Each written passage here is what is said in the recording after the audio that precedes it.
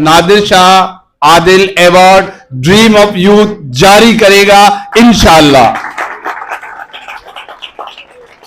मैं गुजारिश करूंगा रमजान बलोच साहब से कि इख्तितामी कलिमात कहें और लतीफ़ बलोच और सीनियर सहाफ़ी नादिर शाह आदिल मरहूम के बारे में आपकी राय और आपके तासुरात। रमजान बलोच साहब।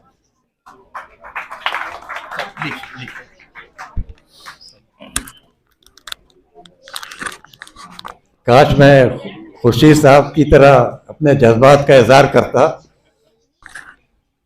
शहबाज मिन्नतवार मर्ची एदा माशमा सजे जमाए इमई चौका नमासगा ईशानी वास्ता एदा बात शारे शारे अबर बह गए और वायदे ये अबराना शुमावती जहना एर वकने कि मर्ची दो अंची शख्सियात में तो का नया जो आयना न सिर्फ लियारिया बल्कि सजे कराचिया और खुर्शीद साहब खुशी सजे पाकिस्तान आनी नाम शेन है रोशन है गोड़ा बहरहाल मई वास्ता फ़ख्र है अबर है। और ख़ास तौर पर हमारे लिए तो ज़्यादा फ़ख्र की बात है कि इन दोनों की जो इब्तदाई ज़िंदगी है उसके कुछ गोशों का मैं खुद चश्मदीद गवाह रह चुका हूँ। देखें, लोग चले जाते हैं, शख्सियात बड़ी हो छोटी हो, ये दुनिया तो छोड़ना ही है, लेकिन वो लोग जो कुछ छोड़ कर जाते हैं वो कभी नहीं मरते। किसी न किसी तरह उनका नाम जिंदा रहता है।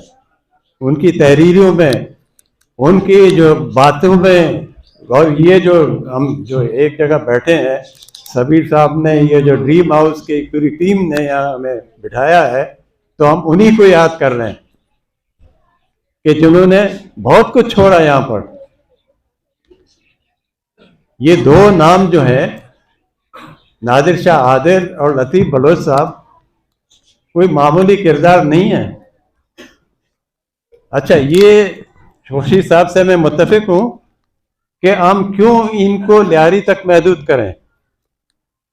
कराची में सहाफ़त की आज़ादी की बात हो, आज़ादी राय की बात हो, तो क्या नादिर शाह आदिल या लतीफ़ बलोच साहब का नाम नहीं आएगा? बिल्कुल आएगा। इन दोनों शख्सियात में बहुत सारी चीज़ें, बहुत सारी सिफात उनमें मुमासलत है। इत्तेफाक ये देखें कि दोनों का ताल्लुक सैफुल्लैन बगदादी से है, और ये भी इत्तेफाक है कि दोनों ने जो है अर्ली एज में, बिल्कुल इब्तदाई उम्र से अपने बालिगपन का मुजाहरा किया। अब मेरे लिए जो है हमारे दोस्तों ने तकरीबन जितने गोशे थे दोनों शख्सियात के वो आपके सामने पेश किए। मेरे लिए सिर्फ ये रह गया है कि मैं इनकी इब्तदाई जो स्टेज है ये समाजी या सियासी ज़िंदगी के, उसके कुछ गोशे मुख्तसर आपके सामने पेश करूं। लतीफ़ बलोच साहब बहुत ही कम उम्र में, आपको हमारे जो उस ज़माने में 61 फुट 2 कुछ इस तरह है, 60 की दिहाई के शुरू में एक स्टूडेंट्स तंजीम हमने बनाई थी, लियारी स्टूडेंट्स वेलफेयर एसोसिएशन के नाम से। तो हमारा सबसे जो जूनियर मेंबर था वो लतीफ़ बलोच साहब थे। अच्छा, लियारी स्टूडेंट्स वेलफेयर एसोसिएशन ने एक हफ्ते तालीम बनाया था, पूरे लियारी में ये मुहिम चलाई थी, खासतौर पर ये हमारे बच्चियों के लिए, कि इनके वालिदैन से कहा जाए कि बच्चियों को स्कूल भेजें, तालीम की तरफ इनको भेजें। तो जब वो हफ्ते तालीम का इख्तिताम हुआ तो मेहमान खुसूसी थे SM तकी साहब, जो रोजनामा जंग के एडिटर थे। तो उस वक्त जो है लतीफ़ साहब सबसे कम उम्र मेंबर, उन्होंने एसोसिएशन की नुमाइंदगी की और इतनी ज़बरदस्त तकरीर की कि आखिर में जो है तकी साहब ने उनको बुला के उनके कंधों तब तब कहा, उसकी शाबाशी दी। और यही लतीफ़ साहब बहुत ही कम उम्री में सियासी मैदान में आ गए। हमारे बच्चों को शायद पता नहीं है कि लियारी में काफ़ी सियासी जो है क्या कहते हैं वो तब्दीलियां होती रहती हैं, और अजीब मतलब अजीम शख्सियात भी यहाँ से होकर गई हैं। बाकी बलोच का नाम हमारे बच्चों ने नहीं सुना होगा, लेकिन हमारी जनरेशन के जो लोग हैं वो समझते हैं कि बाकी बलोच जो है का मुकाबला यहाँ महमूद हारून से था। उसमें हमारे जो नौजवान थे लियारी स्टूडेंट फेडरेशन के, उन्होंने ऐसी मुहिम चलाई, तो उसमें भी हमें सैर फहरिस्त जो है लतीफ़ साहब ही मिलते हैं। और लतीफ़ साहब पहले हमारे स्टूडेंट के तंजीम के पहले रुकन थे जो कम उम्री में जेल भी गए, यानी 65 में उनकी उम्र मैं नहीं समझता कि वो 15-16 से ज़्यादा होगी। लेकिन जब बड़े पकड़े गए, बाकी बलोच की जो मुहिम थी इंतखाबी, तो उसमें जो बड़े पकड़े गए तो उनमें लतीफ़ साहब को भी इन लोगों ने पकड़ा। उसके बाद उनके जो है लतीफ़ साहब ने एक ऐसी ज़िंदगी शुरू की जो गरीबों के लिए, निचले तबकों के लिए, जो दुत्कारे हुए जो तबका है हमारे माशरे में, उनकी हिमायत में झंडा लेकर खड़े होने वाली एक बहुत ज़बरदस्त सियासी तंजीम नेशनल अवामी पार्टी उन्होंने ज्वाइन किया। उनके उस्ताद थे लाला लाल बख्श रहन। तो यहाँ से फिर एक नई जिंदगी शुरू की। उस सिलसिले में भी फिर दोबारा वो जेल गए। मेरा ख्याल है 3 मरतबा, अगर मुसा साहब मुझे कंफर्म करें तो मेरा ख्याल है 3 दफ़ा वो जेल गए, 5 दफ़ा। आप देख लें कि एक आदमी सिर्फ अपने नजरियात की बुनियाद पर, सिर्फ अपने ख्यालात की बुनियाद पर जेल की सख्तियां काटें। जब जेल से आए तो फिर वो सहाफ़ी बन गए। सहाफ़ी भी ऐसे वैसे नहीं, अंग्रेजी सहाफ़त में। अच्छा, दोनों में एक फ़र्क ये था कि नादिर शाह आदिल साहब उर्दू सहाफ़त और लतीफ़ साहब अंग्रेजी सहाफ़त में गए, और दोनों कराची के चमकते सितारे थे सहाफ़त की दुनिया में।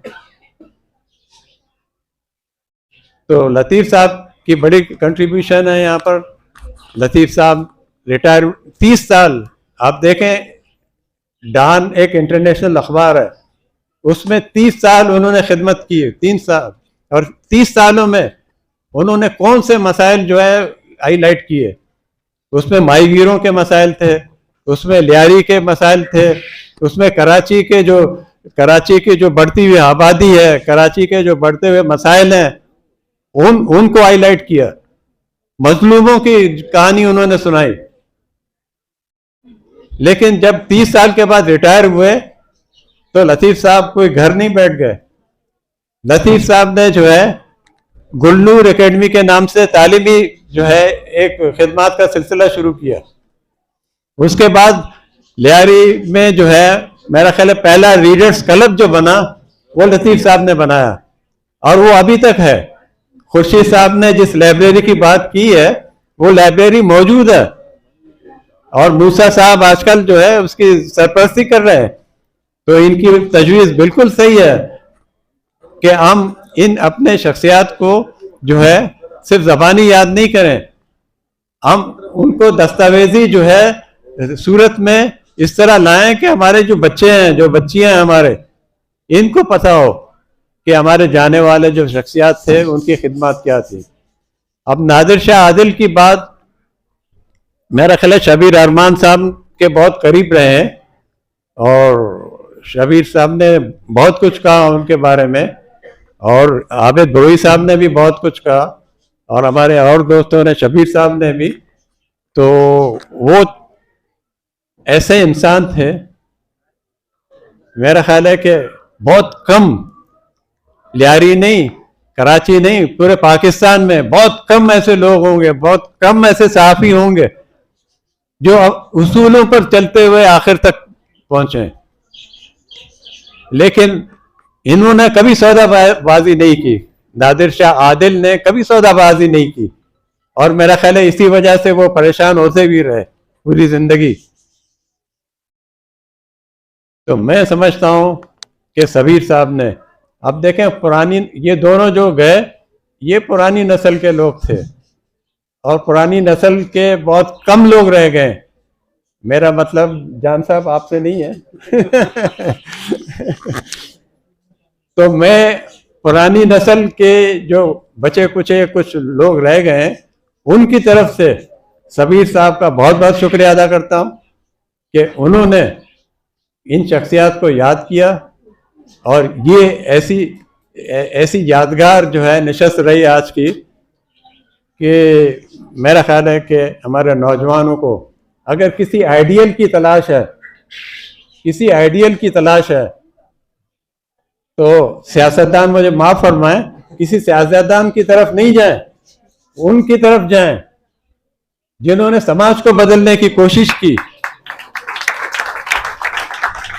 जिन्होंने इस माशरे को कुछ दिया, एक सोच फिक्र दी हमें, उससे बड़ा मेरा ख्याल है कोई क्रेडिट नहीं हो सकता। तो दोनों को सलाम, और आप बच्चों को भी सलाम, और ड्रीम हाउस के जो पूरी टीम है सबको सलाम। बहुत बहुत शुक्रिया।